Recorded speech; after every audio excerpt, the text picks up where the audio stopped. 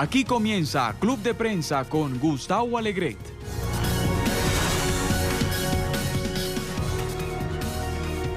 Estamos en nuestro Club de Prensa. Bienvenidos al espacio de debate, de análisis de las noticias. Hoy nos van a acompañar los analistas que ya están en este estudio a 3 cuadras de la Casa Blanca. Rafael Bernal, periodista especializado del portal de información económica de Hill. Rafael, buenos días. Buenos días. Gracias por estar con nosotros. Y María Peña, la corresponsal del periódico La Opinión de Los Ángeles. María, ¿qué tal? Buenos días. Buenos días, ¿qué tal? Gracias a ambos por acompañarnos. Enseguida se va a sumar a esta mesa de trabajo también el periodista Rubén Barrera, que es corresponsal de la agencia Notimex. Arrancamos precisamente con algo que se está produciendo en México. Tomó posesión en Andrés Manuel López Obrador. Enrique Peña Nieto ya es historia. Y entre las primeras medidas o las primeras decisiones que ha tomado, algunas de carácter simbólico. Abrir Los Pinos, una residencia que desde 1930 estaba cerrada y era la residencia oficial de los presidentes de México. El avión presidencial, que era demasiado lujoso, incluso algunas fuentes decían que es especial, que era mucho más lujoso que el Air Force One del presidente de los Estados Unidos. Esta mañana veíamos ya esa primera rueda de prensa que sigue ahora mismo en curso del presidente ya de México, Andrés Manuel López Obrador, dando explicaciones frente a la prensa y la prensa internacional. Y una de las cosas que me llamaba la atención es que va a crear una comisión de la verdad para saber lo que pasó con los 43 desaparecidos de Ayotzinapa, que es un fantasma que sigue persiguiendo a las autoridades mexicanas. ¿Son estas decisiones de carácter populista? ¿Qué tenemos que esperar de esta presidencia? Muchas sí son populistas. Lo del avión presidencial, ciertamente, el avión presidencial es una medida de seguridad, digamos, para un jefe de Estado y simplemente es práctico para un país del tamaño de México. Disculpa. Por ejemplo, lo de Los Pinos es curioso porque uno de sus héroes y uno de los personajes que están en su estandarte presidencial es Lázaro Cárdenas. ¿Quién mudó? ¿Quién? Lázaro Cárdenas. Fue presidente, fue expresidente de México y realmente el fundador del partido oficialista que salió hasta el 2000, donde realmente creció López Obrador y al que está regresando en muchos sentidos López Obrador. Ahora, Lázaro Cárdenas se mudó a Los Pinos porque los presidentes de México vivían en el castillo de Chapultepec, que eso sí es lujoso. Sí. Es el único palacio real de las Américas. Entonces, él decidió que necesitaban un lugar republicano donde hubiera unas casas y unas oficinas. Y sí es una casa bonita, pero se fueron ahí justamente para bajarle al lujo. Y ahora llega López Obrador y abre Los Pinos, que finalmente creo que de sus cambios es el que menos efecto y más efecto tiene al mismo tiempo. Pero fíjate que Los Pinos también incluso no tiene nada que envidiarle a la Casa Blanca. También es una mansión suntuosa, muy elegante, mucho más amplia y más grande que la Casa Blanca. Y yo creo que el sentido de regresarle al pueblo esta casa, digamos, es un gesto de apertura que obviamente no va a afectar la vida diaria de nadie, pero el simple hecho, el simple gesto de empezar su gobierno con esa apertura y sí, una medida populista, pues yo creo que la gente lo toma en cuenta. De hecho, en las redes sociales se comentaba mucho eso y también el hecho de que salió en un vehículo sin casi ninguna escolta. Sí. Pero eso es un poco imprudente, ¿no? Es decir, lo decías, el avión presidencial. El avión presidencial habitualmente tiene unas medidas de seguridad superiores a las de un avión convencional. La residencia de Los Pinos tiene un sistema de seguridad que ha protegido a los presidentes anteriores y que uno de los principales objetivos es la de la protección al presidente en ejercicio. Todas estas medidas, el uso del vehículo, que era un vehículo habitual, normal, sí, que lo podías ver parado iba en de un semáforo pasajero y nadie... en el frente. Exacto. Sí, un coche normal. Finalmente, sí, y el ejército no está... El ejército, que es el encargado de la seguridad del jefe de Estado, bueno, que había sido hasta el sábado el encargado del... no está contento con esta situación. Se replegó lo que se llamaba el Estado Mayor Presidencial, que era un agrupamiento especial del ejército que cuidaba de Los Pinos, del avión presidencial, y de la vida del presidente y de los expresidentes. Se replegó, se volvió a juntar al cuerpo general del ejército y eso causó incomodidad tanto porque limita un poco la imagen del ejército como una fuerza de élite, de este Estado Mayor como esta fuerza de élite, y también porque les preocupa finalmente. México es un país que tiene muchos retos de seguridad interna y puede tener, más allá de que si López Obrador dice que lo protege es el pueblo, puede ser que sí, es el presidente mexicano entrante más popular podría ser de la historia, incluso. No creo que haya una medida que lo pueda hacer, pero sí, seguro está en los primeros 10, pongámoslo así.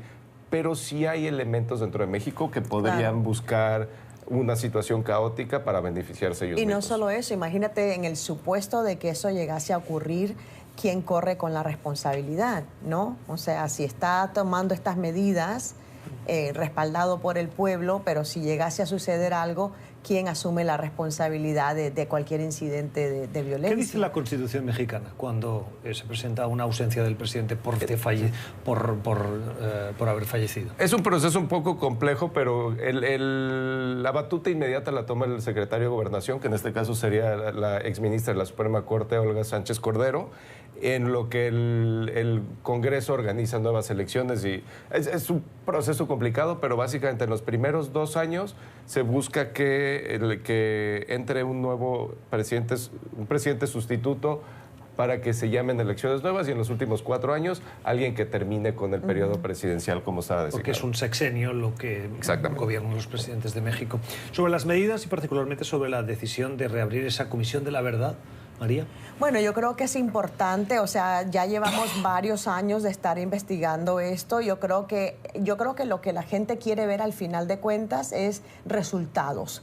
Que la gente, que los familiares de las víctimas tengan finalmente justicia, que es lo que han seguido reclamando. A mí me ha tocado cubrir protestas aquí en Washington de familiares que han venido acá frente a la Comisión de Derechos Humanos de la OEA, frente a la Casa Blanca, han ido al Congreso.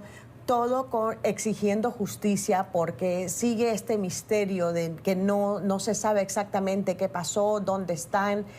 Acuérdense del eslogan, ¿no? Los queremos vivos. Pues a estas alturas, lamentablemente, yo creo que no se los van a regresar vivos, pero por lo menos cerrar ese ciclo, digamos, tener paz, poder saber qué es lo que pasó y si es posible enterrarlos, ¿no? O sea, pero sobre todo tener justicia.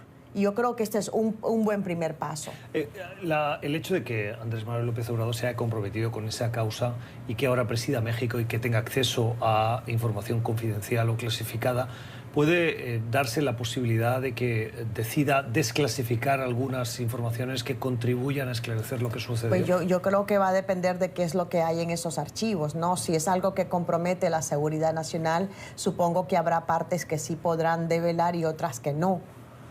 Es posible, su entrada a la presidencia me recuerda mucho a su entrada a la jefatura de gobierno de la Ciudad de México en el 2000.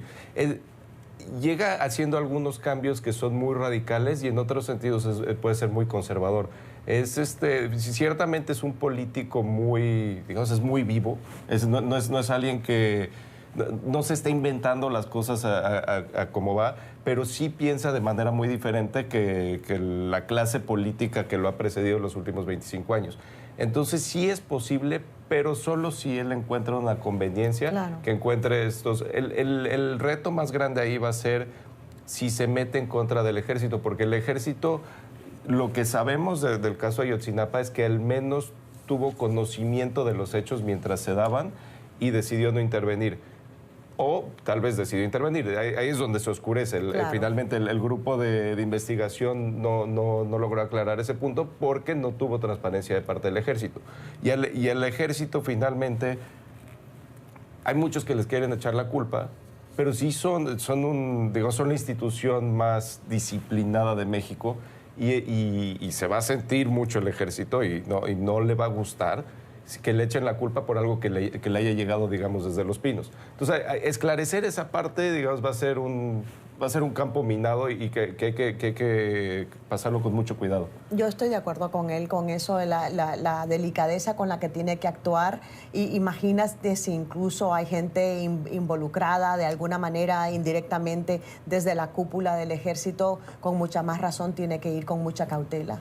El hecho de que Andrés Manuel López Obrador sea una persona quien no sea muy amante, por lo que estamos viendo, de los protocolos y de la diplomacia, en el sentido de la pomposidad, de las formas, cuando los políticos y la clase política en México sí son muy dados a esto. Tal vez de los latinoamericanos, esa es una opinión personal, pero serían los que más aman este tipo de respetos diplomáticos o pomposos de fiestas, no sabría decir. El protocolo. La palabra, el protocolo, muy amantes del protocolo. ¿Le puede traer problemas en su presidencia?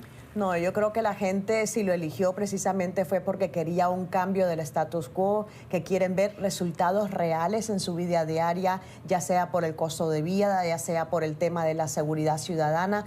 Yo creo que, bueno, sí, a lo mejor habrá nostalgia por el protocolo, pero yo creo que al final lo eligieron para que tuviera resultados reales y concretos en la vida de todos los mexicanos. Además, él es amante de un cierto tipo de protocolo que ha ido desapareciendo en los últimos 30 o 40 años en México, que era muy del PRI antiguo. Y finalmente, empezando por su discurso inicial, que se echó hora y 20 hablando, entrando y saliendo de temas, a veces metiéndose en particularidades de temas, a veces temas muy importantes pasándolos un poco por arriba. Ese es mucho el protocolo del presidencialismo priista. Él es un... México realmente, la lucha histórica en México ha sido entre centralismo y federalismo, y él es un absoluto centralista y sigue los protocolos del centralismo, que los presidentes panistas, por ejemplo, que los acusaban mucho de ser muy laxos y darle muchos poderes a los estados, y a veces dejarles entrar en muchos casos de corrupción, realmente esa es la crítica fuerte. Esa es la parte que les disgustaba a los del estilo de López Obrador. Vamos a cambiar de asunto en este punto del programa. Se ha concluido en Argentina la cumbre del G20, de los 20 países más industrializados del mundo. Una cumbre en la que los que prestamos atención al presidente Trump particularmente, hubo otros momentos relevantes, pero nos llamó la atención precisamente porque no pasó nada. Es decir, Trump siguió el protocolo, no salió de tono en declaraciones, en palabras, tuvo las reuniones bilaterales que tenía que tener, no tuvo las que se esperaba que no acabase teniendo, y particularmente en la que prestábamos más atención por el impacto internacional, que era la del encuentro con Xi Jinping, el presidente chino. Por lo que sabemos fue bien.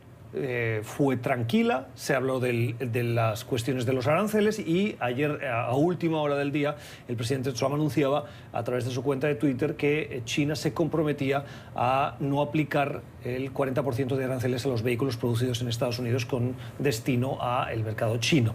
Algo que el gobierno chino no ha confirmado, pero que sabemos, el presidente Trump dice que es así, y se dan un periodo de gracia de 90 días para buscar nuevos acuerdos. Bueno, para comenzar, a mí me sorprendió muchísimo que fue una cumbre de muy baja energía, para parafrasear al presidente, ¿no?, cuando ha criticado a sus rivales. Me pareció de muy poca energía, muy pocos resultados, digamos, asombrosos.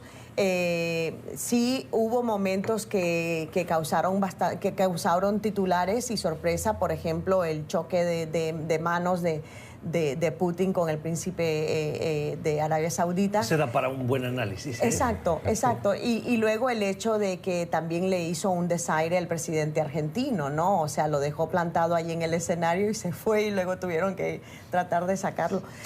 Y sobre el caso de China, obviamente esta es una lucha de poderes a nivel global. Tenemos aquí una economía emergente como la de China, que está hasta cierto punto sentando condiciones con Trump. Trump ha venido con este mensaje de nacionalismo económico, de América primero, Estados Unidos primero, la defensa de los trabajadores y las empresas, y en ese sentido ha estado con estas amenazas de imponer aranceles.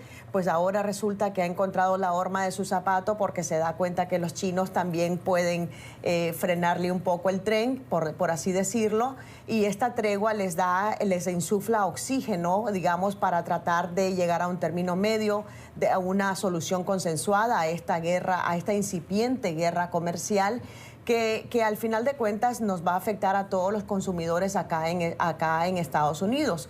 Él celebraba en Twitter que Estados Unidos va a poder seguir exportando vehículos a China. China se ha convertido en un mercado importante para estos productos. Habrá que ver qué va a pasar al final de esos 90 días, porque yo me temo que China también va a defender sus intereses económicos. Como lo ha hecho hasta ahora. Como lo ha hecho hasta ahora, y yo creo que es importante dentro de toda la estrategia geopolítica que tiene el presidente Trump. Y es importante, la palabra tregua se usa aquí mucho y es absolutamente la palabra adecuada. Son 90 días y después de esos 90 días no sabemos qué va a suceder. Pero los mercados ya están reaccionando. Ahorita estaba viendo que las acciones de BMW en Frankfurt ya subieron un 5% porque BMW exporta muchos coches hechos en Estados Unidos hacia China. Mire, acaban de salir los datos, acaba de abrir la bolsa de Nueva York. Las asiáticas abrieron al alza. En Nueva York el Dow Jones ha subido 400 puntos, un 1.6. Sí. En la apertura el Standard & Poor's un 1.4, 500 puntos. Y el Nasdaq, el indicador tecnológico, un 1,9, casi un 2%. Y los inversores están confiando en ese principio de acuerdo. Y eso le encanta a Trump, porque a Trump le encanta hablar sobre las bolsas y sobre su efecto positivo. Cuando sus acciones tienen efectos negativos, no vimos absolutamente nada. Pero cuando suben, es el primer tema que Pero alguien le podría decir que eso lo hacen todos los políticos, que cuando una noticia les conviene la publicitan y cuando no les conviene sacan una cortina de humo. Pero él lo ha hecho, digamos, obvio, ¿no? Él lo ha hecho con estos superlativos de que nadie mejor que él para el manejo de la economía, nadie mejor que él para impulsar este desarrollo y este crecimiento económico en Estados Unidos. O sea, yo creo que en ese sentido llama la atención. El problema es que, por decirlo de manera coloquial, le echa tanta salsa a sus tacos cuando le va bien la cosa, que luego, cuando le va mal, pues uno se acuerda de lo que estuvo hablando, de que él metió el tema de la bolsa. Pero aquí, finalmente, China no dejó mucho en la mesa. Prometió seguir comprando coches, que de todos modos lo hace, tiene un mercado enorme, y prometió seguir comprando soya, que era un interés que tenían los chinos, volver a abrir el mercado de la soya americana. Entonces, son 90 días que le va a ir bien a Trump, pero no es una victoria de ningún lado, si acaso un poquito más para China. Sí. Bueno, pero para los agricultores acá en Estados Unidos es súper importante. Lo habían venido presionando al gobierno porque hay mercados, hay estados agrícolas que China es casi el único mercado que tienen. Entonces es muy importante que se abra ese espacio, porque si no les va a ir mal. Y acordémonos que son estados bajo control republicano, además. Claro. Por eso Trump sacó el Tratado de Norteamérica, como le llamemos el TEMEC o USMCA o como se llame hoy en día, y por eso sacó esta tregua. Exactamente. Al respecto del saludo, del efusivo saludo entre Mohammed bin Salman, el príncipe heredero o el príncipe regente en Arabia Saudí, acusado de haber orquestado la participación de los agentes del servicio de inteligencia saudíes en la desaparición de el periodista Jamal Khashoggi en el consulado de Estambul, noticia ampliamente internacional y conocida, con Vladimir Putin. Ese choque de manos, casi que es un abrazo entre grandes amigos, cuando bin Salman era, si se me permite, el gran paria de ese G20, en el que muy pocos líderes de los 19 restantes querían fotografiarse, querían dejarse ver junto a él, y en cambio Putin, frente a las cámaras, y aquí me atrevo a decir que era premeditado, porque si se mira con detalle el comportamiento no verbal de Vladimir Putin, tiene el gesto, inmediatamente Putin mira a las cámaras, como siendo muy consciente de que ahí están y que le han visto. Creo que Putin no ha hecho algo que no sea premeditado desde 1982. Es muy calculador y realmente se ve mal, pero hay que recordar que Putin también venía a tener una entrevista con el presidente norteamericano, que para un presidente ruso siempre es importante verse como la credibilidad como superpoder, y se le canceló por sus acciones en Crimea y en Ucrania. Entonces, ya que se le canceló eso, pues llegó uno como paria, pues llega el otro igual. Y era el amigo que le quedaba, yo creo. Y además, bueno, y también el otro aspecto que a mucha gente le molestó, y lo vimos en las redes sociales, es que son representantes de dos regímenes autoritarios. donde se reprime a la prensa, la libertad de expresión, y eso yo vi muchos comentarios de la gente que estaba muy molesta. Y en esa misma imagen, si ustedes se fijan bien, atrás se ve al presidente Trump, sí, que ni los determina, o sea, pasa por allá lejos. Obviamente no le convenía a Trump en ese momento acercarse a ninguno de ellos, pero eso llamó la atención también, ¿no? De que pasó de lejos y... Pero eso es lo que decíamos al principio, que Trump se ha ceñido a lo que era esperable de un presidente estadounidense asesorado. No haga caso, no se deje fotografiar, no sonría junto a este. No, lo normal de Trump es seguir sus instintos, y sus instintos son: yo puedo solucionar las crisis, exacto, yo puedo solventar los conflictos. Puede ser que esté aprendiendo, digamos, a golpes, porque ser 2 años presidente de Estados Unidos, aún siendo Donald Trump y aún habiendo entrado por la puerta grande como entró, no es fácil, ni siquiera teniendo el Congreso de tu lado, porque realmente cada vez que hacía algo que los asesores le habían dicho que no hiciera, cada vez tenía que controlar una crisis después. Y finalmente, pues debe ser cansado controlar tanta crisis. Bueno, y además que tienes, incluso dentro de su propio partido hay gente que está muy molesta y que exige sanciones y medidas contundentes para responder al asesinato de este periodista. Bueno, que ahora ya sabemos por los mensajes que se han filtrado de que él ya había hecho comentarios muy fuertes en WhatsApp con un amigo, creo que era, y ahora se han filtrado esos mensajes. Entonces eso es como que le da más credibilidad o más fuerza a la teoría de que se lo peinaron, porque él ya venía haciendo críticas sugiriendo de que había que acabar con ese régimen. Sí, esa es una información que hoy ha revelado la cadena internacional de noticias aquí en Estados Unidos, CNN, que tiene los mensajes que intercambió Jamal Khashoggi con otras personas, en los que el tono utilizado para hablar de Mohammed bin Salman y el gobierno de Arabia Saudí es extremadamente crítico y duro. Lo cual... Y que ese tipo de conspiración, digamos, si es que estaba tramando algo, se castiga precisamente con la pena de muerte. Sí, pero les quiero decir una cosa. ¿Cómo se filtraron esos mensajes? Es decir, WhatsApp es un intercambio de información encriptada entre 2 personas. ¿Qué facilidad y cuánta información tecnológica tenemos de la desaparición de Jamal Khashoggi? Sabemos de los audios que se filtraron a través del celular que llevaba. Un teléfono, un reloj inteligente que grabó los audios del momento. Y ahora tenemos la información de WhatsApp. Aquí hay un gran interrogante sobre la privacidad de los individuos y de las personas frente a las agencias de inteligencia de los estados. Que obviamente no existe. Que obviamente no existe. Bueno, vamos a hacer una primera pausa en este punto del programa. Regresamos con nuevos temas en este Club de Prensa de hoy.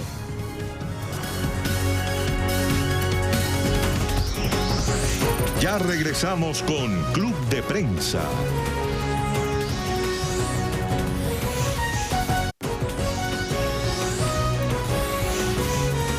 Continuamos con Club de Prensa. Seguimos en nuestra mesa de trabajo aquí en el Club de Prensa. Se ha incorporado ya Rubén Barrera, periodista, corresponsal de Notimex. Señor Barrera, buenos días. Buenos días. ¿Cómo está? Bienvenido a esta mesa de trabajo. Antes conversábamos sobre las cuestiones de México, pero les invito a que cambiemos de continente. En Europa hay 2 noticias que nos llaman la atención. La primera, con la que abrimos este segmento, la llegada de la ultraderecha por primera vez desde el final del franquismo y la democracia española, la actual democracia española.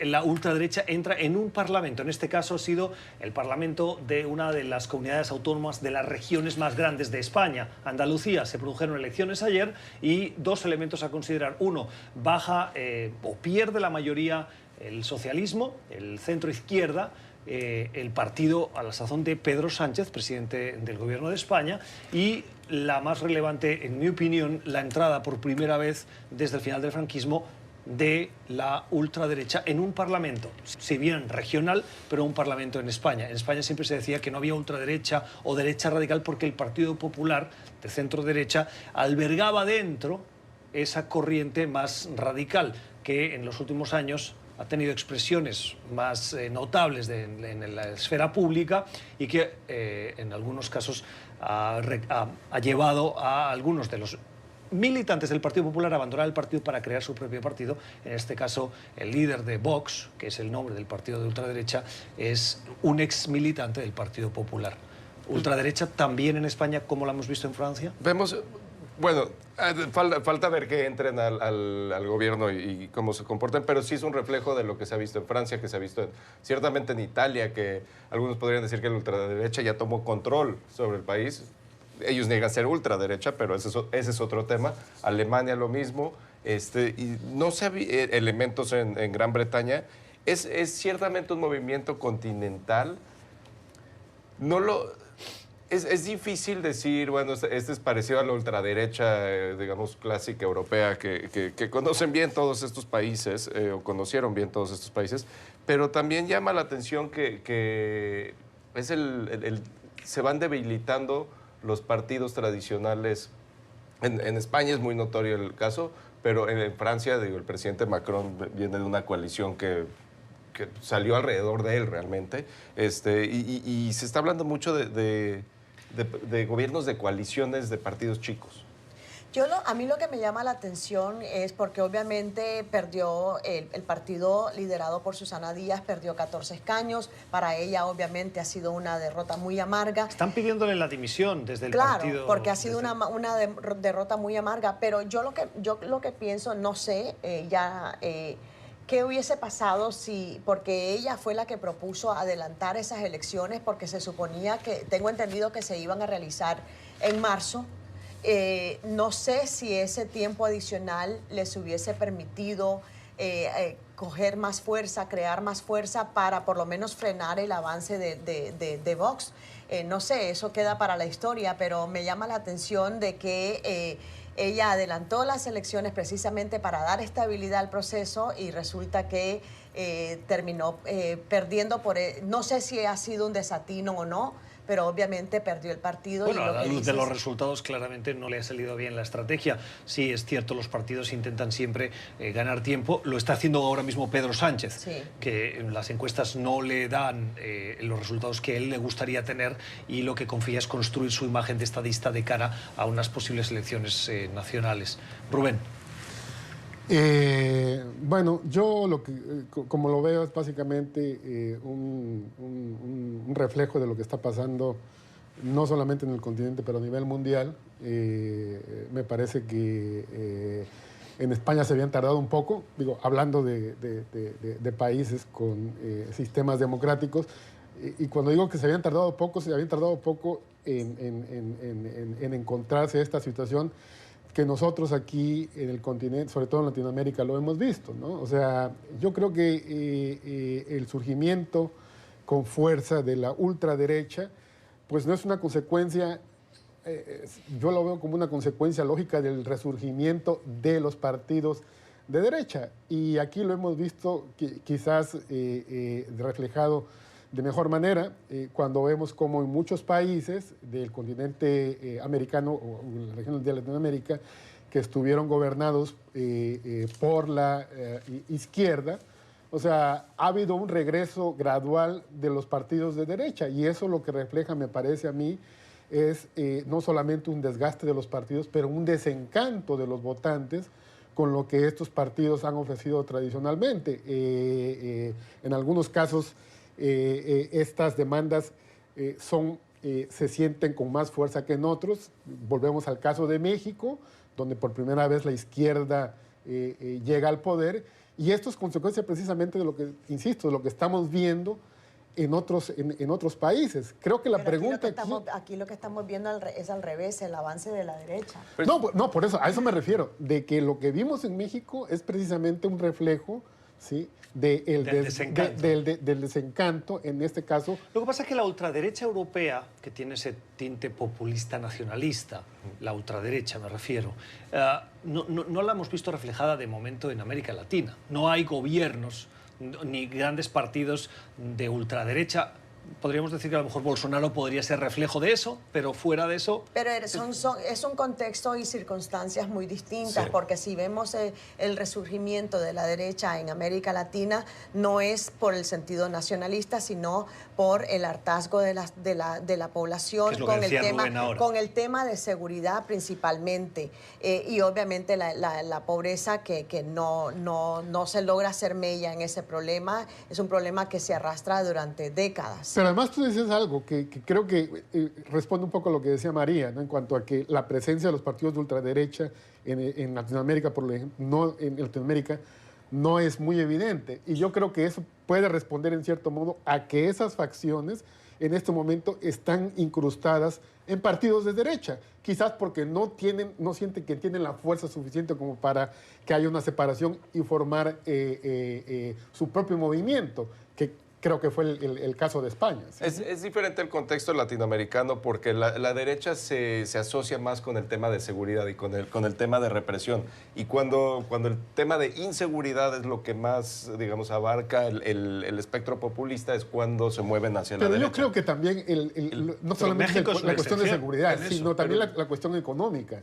Exacto. Que es lo que, digamos, en el caso de Argentina, por ejemplo, fue una de las consecuencias por las cuales la derecha volvió a la presidencia. La desigualdad es el tema de las izquierdas en México. En Europa, como el tema de seguridad no existe tanto, tal vez se ha reflejado un poco con el tema de la migración, Sí. que ha apoyado mucho el crecimiento de las derechas.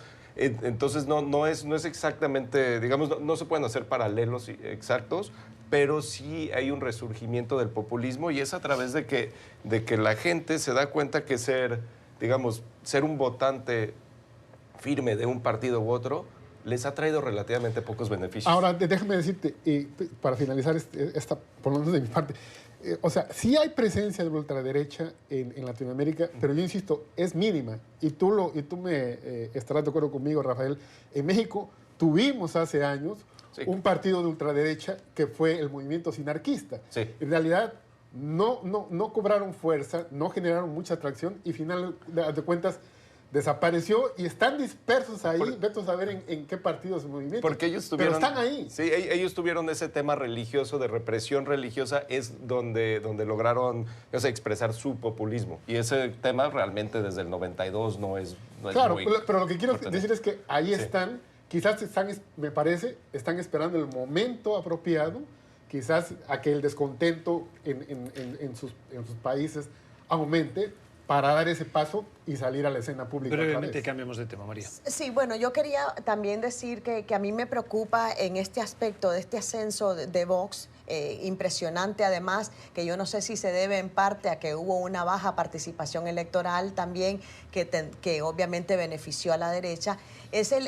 cómo ganaron, ¿no? Con un discurso obviamente nacionalista, pero también contra el feminismo, ¿no? Y vimos en el último año, en los últimos 2 años, cómo ha habido un mayor reclamo de las mujeres para defender sus derechos, y a mí me sorprende mucho ese aspecto y qué va a ocurrir a futuro, si eso va a dar a revitalizar al movimiento feminista en España.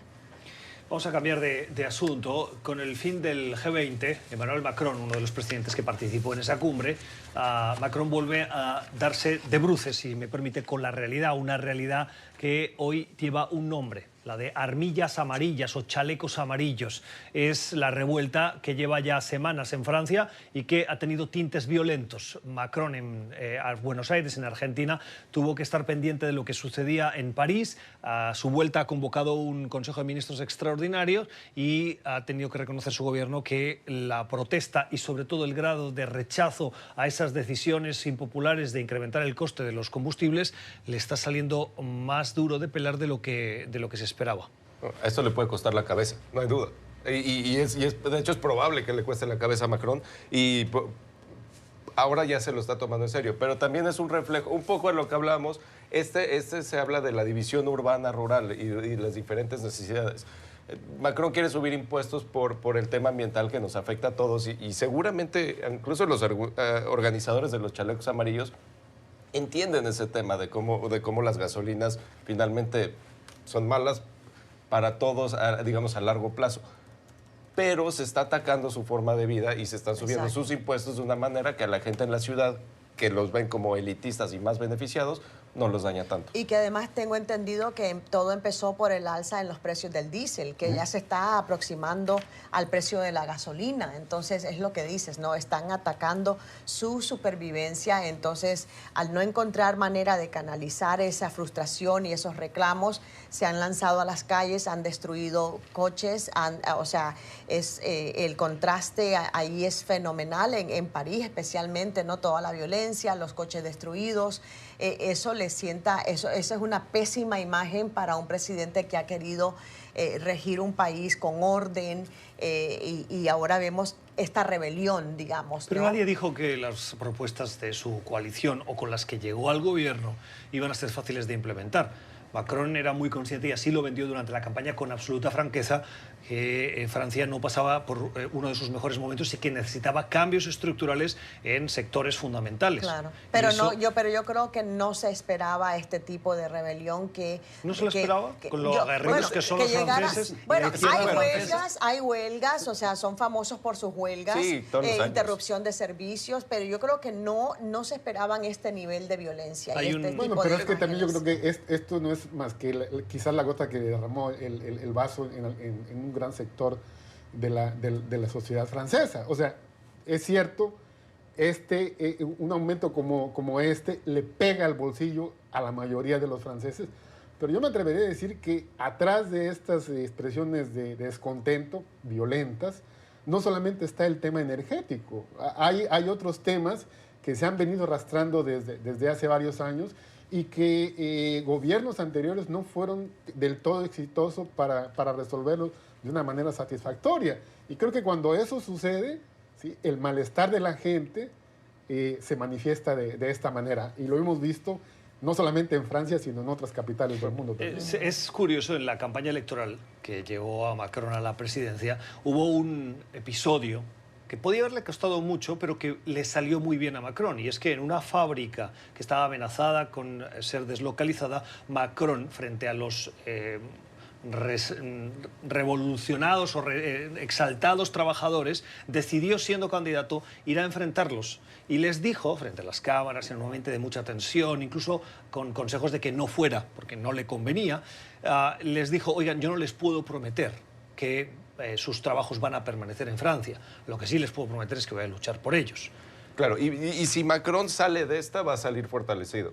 Pero sí hay que recordar, digo, a pesar de lo que decías, que si los franceses les gusta mucho salir a las calles y hacer borlote, lo que sí es que son las protestas más agresivas y más violentas desde 1968. Y 68 fue un momento de cambio fuerte en Francia. No solo en Francia, también en América Latina. Sí, en el mundo entero, pero en Francia fue particularmente. Sí, pero el epicentro, sí. La inspiración para el resto surgió de las calles de Francia y particularmente de París. Hacemos una pausa en este punto del programa y regresamos.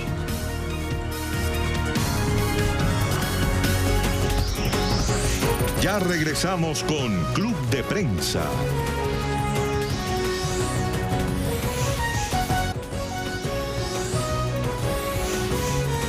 Continuamos con Club de Prensa. Mesa de trabajo en este Club de Prensa de hoy con Rafael Bernal, con María Peña y con Rubén Barrera. Ha muerto el expresidente George H.W. Bush, para confundirlo. A mí me gusta reducirlo rápido diciendo Bush padre, sí, y acabas antes, 41. ¿no? Pero el 41º presidente de los Estados Unidos. Está siendo en este preciso momento llevado al aeropuerto de Texas, desde donde volará aquí a esta capital. A Washington, aquí, donde se instalará en la rotonda del Capitolio para a las 5 de la tarde recibir un homenaje, primero por parte de los congresistas y legisladores, en los que asistirá además el vicepresidente, el presidente, Melania y la primera dama, y luego se abrirá al público hasta el miércoles a las 8:45 de la mañana. Durante todo este tiempo los ciudadanos podrán rendir o prestarle el último homenaje en esa majestuosa rotonda. ¿Qué ha significado la figura de Bush? Que muchos recuerdan, y pasa la historia, como un presidente que perdió la reelección, pero ¿qué más deja su legado? Bueno, yo creo que a mí lo que me llama la atención es mucho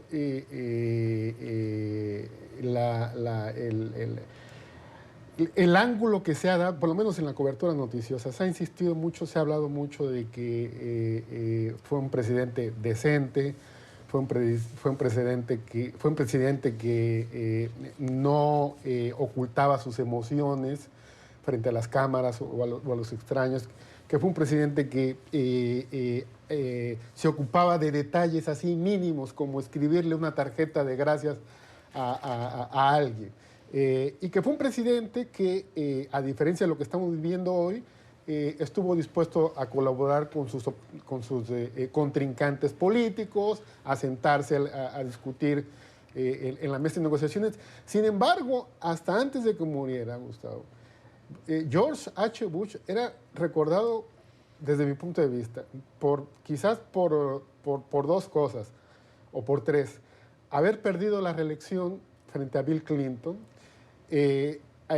haber tenido que haberse tragado sus palabras después de haber dicho que no iba a haber un aumento de impuestos, y por no haber terminado el trabajo, es decir, no haber derrocado a Saddam Hussein cuando Estados Unidos invadió Irak en el 92, en el 91, después de que Irak había invadido Kuwait. Lo cual, a la luz, perdone, pero a la luz de lo que hemos visto que ha pasado en Oriente Medio, esa decisión hoy... Bastante prudente. Parece bastante acertada en ese momento, porque luego sí se le removió, y las consecuencias de haber sacado a Saddam Hussein, de acuerdo que puede ser cuestionable si Estados Unidos tiene uno que mantener una figura tan autoritaria como Saddam Hussein, pero en cualquier caso la inestabilidad que generó la salida de Saddam Hussein fue notable. Bueno, y Bush padre le dijo a Bush hijo, cuando Bush hijo se fue en contra de Saddam Hussein, le sugirió que no lo hiciera. Sí. Y después se supo que no hubo tales armas de destrucción masiva. A mí algo de todo lo que se ha dicho y se ha escrito sobre el legado de Bush padre, a mí me llama la atención, por ejemplo, una de las cosas que me llama la atención es que en el 2016 él en una entrevista admitió que votó por Hillary Clinton, la rival demócrata del presidente Trump. Y dijo muy públicamente que le molestaba, que le preocupaba que Trump pudiese llegar a ser el líder de esta nación. Pero también como muestra del gran estadista que fue, pues ahora tendremos al presidente Trump, no en los actos de hoy en el Capitolio, Gustavo, sino en la Catedral Nacional el miércoles, en los servicios fúnebres, y que fue por decisión de la familia Bush y de él mismo, de que no iba a poner trabas para que el presidente Trump asistiera a los servicios fúnebres, como sí hizo McCain. a pesar de que Trump fue muy crítico de él, se burló de su programa de voluntarios, de Thousand Points of Light, se burló de él públicamente, de que no entendía el significado, el concepto de ese programa. Luego también se burló de su hijo, que fue también rival en las primarias para la nominación presidencial. Lo acusó de ser un hombre de baja energía y fue eliminando obviamente a los demás contendientes. Pero María, yo aquí te preguntaría, ¿quién pero, no ha sufrido las críticas del presidente? pero a ver, porque Bush podría haber dicho, yo no quiero a este hombre. Obama, Clinton, Bush hijo, Bush padre, pero Bush Bush padre siendo... pudo haber dicho, yo no quiero a este hombre en mi funeral, porque está atacando a mis hijos, y sin embargo, como buen estadista, dijo, bueno, sí, no tengo ningún problema. Pero McCain era buen estadista y no le quiso tampoco. No, pero yo creo que ahí, de acuerdo con algunos reportes, quien tomó esa decisión en realidad no fue el padre, sino el hijo. Bueno, hablaron por Bush, teléfono, ¿no? Porque si te recuerdas cuando murió Bárbara Bush, Trump estuvo presente y no lo invitaron. Bueno, no suelen ir a los funerales de las primeras damas. Bueno, ahí estuvieron algunos de los expresidentes. Fue Melania en representación de Trump. Se nota mucho el contraste entre, por ejemplo, Bush y McCain es un buen contraste. Ambos son conocidos y recordados como estadistas, ciertamente como conservadores, pero McCain le decían el Maverick, era alguien que era muy aventado. Bush fue un político muy restringido, muy autorrestringido. El ejemplo de salirse de Irak, de decidir recuperar Kuwait, pero no invadir Irak. el ejemplo de subir los impuestos cuando vio que no quedaba de otra, sabiendo que le iba a ir mal en la elección. O no celebrar con triunfalismos, digamos, la caída del muro de Berlín, que fue icónico en el colapso del comunismo en la Unión Soviética. Yo recuerdo mucho una caricatura, digamos, muchas cosas que hoy le reconocemos como triunfos, en la época se le veían mal. Yo me acuerdo una caricatura en el 91 que salía Bush triunfante diciendo, yo fui el que ganó la Guerra Fría, y salían todos los expresidentes diciendo, digamos, no diciéndole nada bueno al respecto, porque se sentía que Estados Unidos sin un rival iba a estar en un vacío extraño de poder, que puede ser que haya sido cierto en los últimos 25 años, pero muchas de las cosas que hizo, si la definición de ser un estadista es poner los intereses de país y a veces partido antes que los intereses personales, ciertamente cabe dentro de esa definición. ¿Y ahí los intereses internacionales? Y aparte era muy multilateralista. Ahí es otro punto de contraste con Trump. Francamente elitista, multilateralista, del inicio del neoliberalismo. Digo, con muy buenas intenciones, puede ser muy mal. No conocemos las intenciones reales de nadie, pero tenía estas ideas que Trump lucha en contra de ellas. Vamos a hacer una nueva pausa. Una información que leía, la foto icónica en la que se ve al perro de Bush padre junto al féretro, cubierto con una bandera. Ese perrito, llamado Sully, va ahora a servir para acompañar a soldados caídos en campos de batalla. Pero además yo creo que esa imagen, Gustavo, de alguna manera reafirma algo que también caracterizó no solamente a Bush, pero a su esposa Bárbara, que era el amor hacia los perros. Recordemos que quizás una de las mascotas presidenciales más famosas fue Millie, la perra que los dos tuvieron, y que incluso se hizo un libro que fue el primer bestseller escrito por un perro. Bueno, pero eso forma parte de la campaña probablemente de publicidad. Y hay otro aspecto muy importante. Hoy es el Día Internacional de los Discapacitados y la administración Bush padre fue fundamental para la promulgación de una ley que le abrió los derechos a los discapacitados en sitios públicos en Estados Unidos. Ese sí es un buen elemento de la herencia con impacto seguro sobre la vida de muchas personas. Nueva pausa para volver con la recta final de este Club de Prensa de hoy.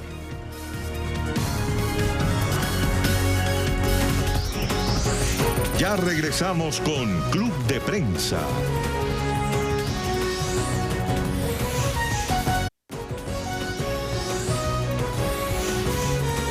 Continuamos con Club de Prensa. Un minuto para terminar este Club de Prensa, pero ya llevamos una decena de periodistas asesinados en México. El periodismo, Rubén, una profesión de riesgo en México. Bastante peligrosa. Y personalmente eso es algo que me llega a mí. Dos de mis colegas, una de ellas, con la que me inicié en el periodismo hace muchísimos años, asesinados. Y por desgracia, duele el asesinato de colegas, que están haciendo su trabajo, Gustavo. Pero lo que más duele, me parece a mí, es la impunidad. María, yo también, precisamente porque tú puedes no estar de acuerdo con la cobertura, pero no puedes estar, como dicen, matar al mensajero porque no te gusta su cobertura. Yo creo que la libertad de expresión, la libertad de prensa es fundamental en cualquier democracia en Occidente, y esto veremos qué hace ahora el gobierno de AMLO, ¿no?, para poder frenar eso y que se respete precisamente la libertad de prensa. Llama la atención que notoriamente en México y en cierto punto alrededor del mundo es el crimen organizado el que está persiguiendo a los periodistas. Ya no son crímenes de Estado por lo general, pero también la impunidad es un problema que mete al Estado, aunque sea el crimen organizado el que, digamos, ejecute los asesinatos. El análisis, los comentarios de quienes nos han acompañado hoy en esta mesa de trabajo, en este Club de Prensa de hoy lunes: Rafael Bernal, María Peña y Rubén Barrera. Gracias por haber estado con nosotros, por sus comentarios, y a ustedes por su sintonía. Les deseamos una feliz jornada. Nosotros volvemos mañana.